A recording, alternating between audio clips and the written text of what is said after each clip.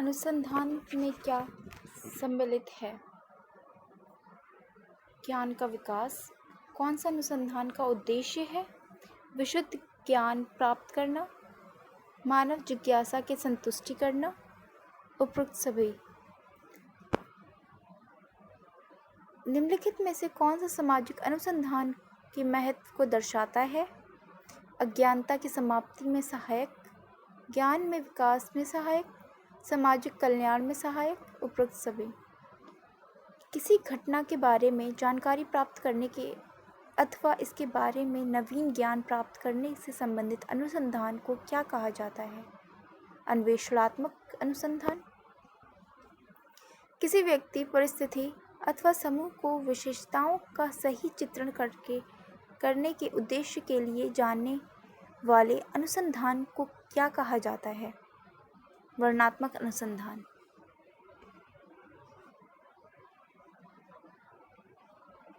प्रकल्पना के स्रोत सामान्य संस्कृति और अंतःप्रज्ञा होते हैं। प्रकल्पना का महत्व तथ्यों के संकलन में सहायक, उचित दिशा प्रदान करना, ये दोनों होते हैं। मैच दो कॉलम आ गया। शोध का अंतिम चरण प्रतिवेदन लेखन, तथ्यों का संकलन क्षेत्रीय कार्य द्वारा, संबंधित साहित्य का पुनर्विलोकन, पुस्तकों तथा शोध ग्रंथ का अध्ययन, सूचनादाताओं का चुनाव, निदर्शन विधि। 44 सत्य कथन चुनना है।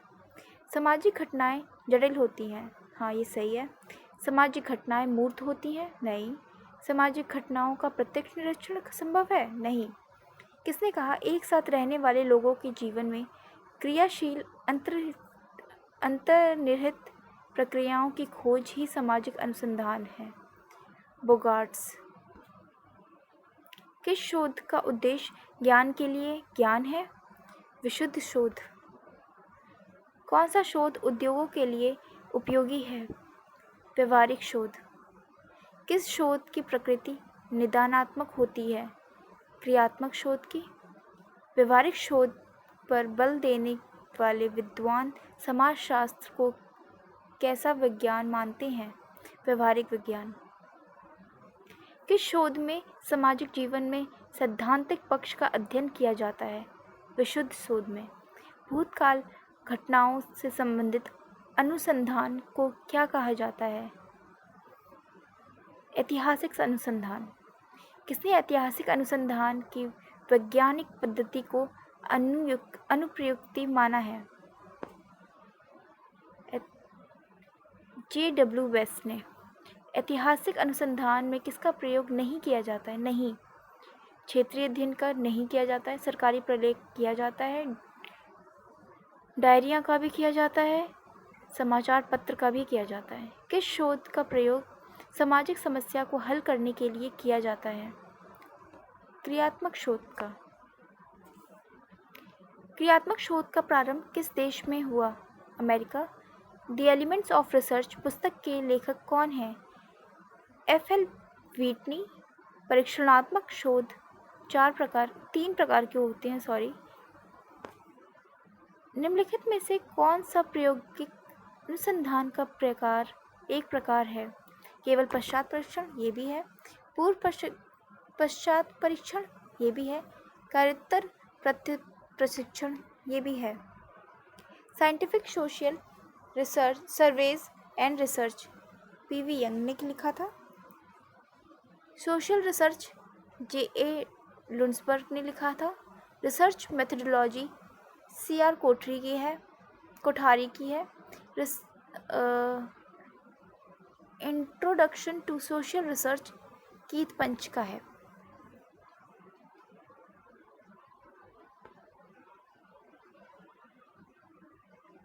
प्रकल्पना का स्रोत सामान्य संस्कृति अंतःप्रज्ञा से है। प्रकल्पना का महत्व तथ्यों के संकलन में सहायक होता है, उचित दिशा प्रदान करता है।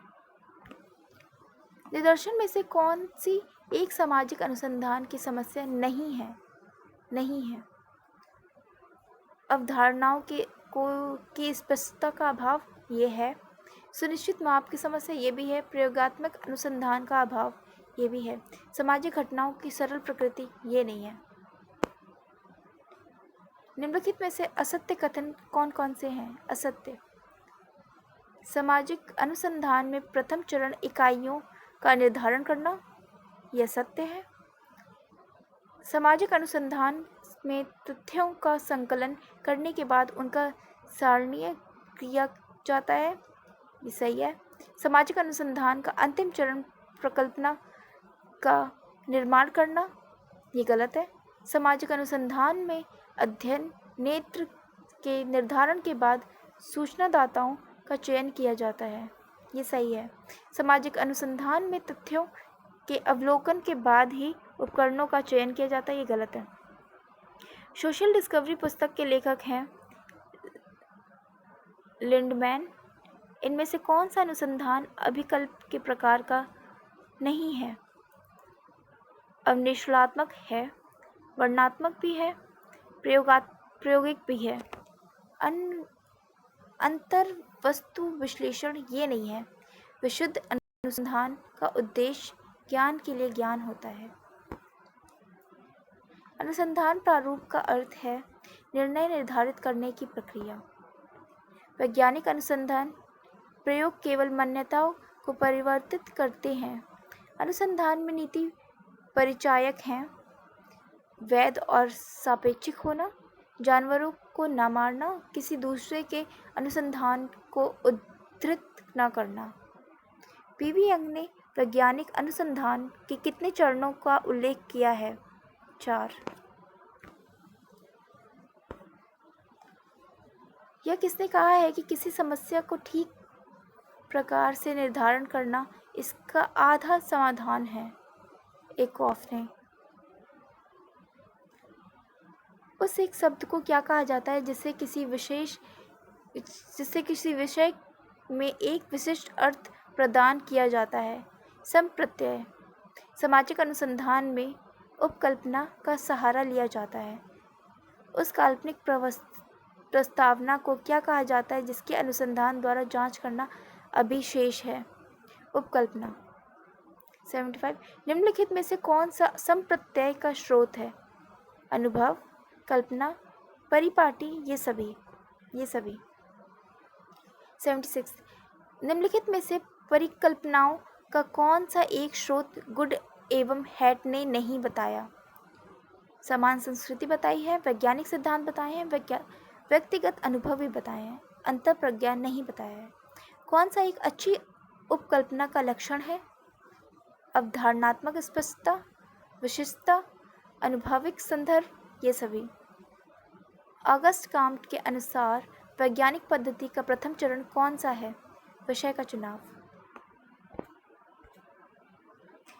किसने कहा सामाजिक अनुसंधान में मानव समूह के संबंधों का अध्ययन होता है?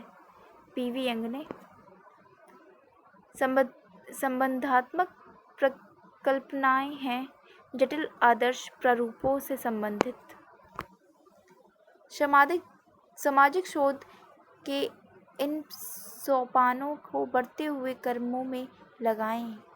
इकाइयों का निर्धारण, प्रकल्पना का निर्धारण, सूचनादाताओं का चुनाव, तथ्यों का संकलन, ये सभी क्रमबद्ध ही लगे हुए हैं। 82। ऑगस्ट कॉम्ट ने विषय के चुनाव को वैज्ञानिक पद्धति अथवा वैज्ञानिक अनुसंधान का प्रथम चरण बताया है, ये कथन सत्य है। Scientific social service and research पुस्तक के लेखक कौन हैं? PV young. The grammar of science पुस्तक के लेखक कौन हैं? पियर्सन।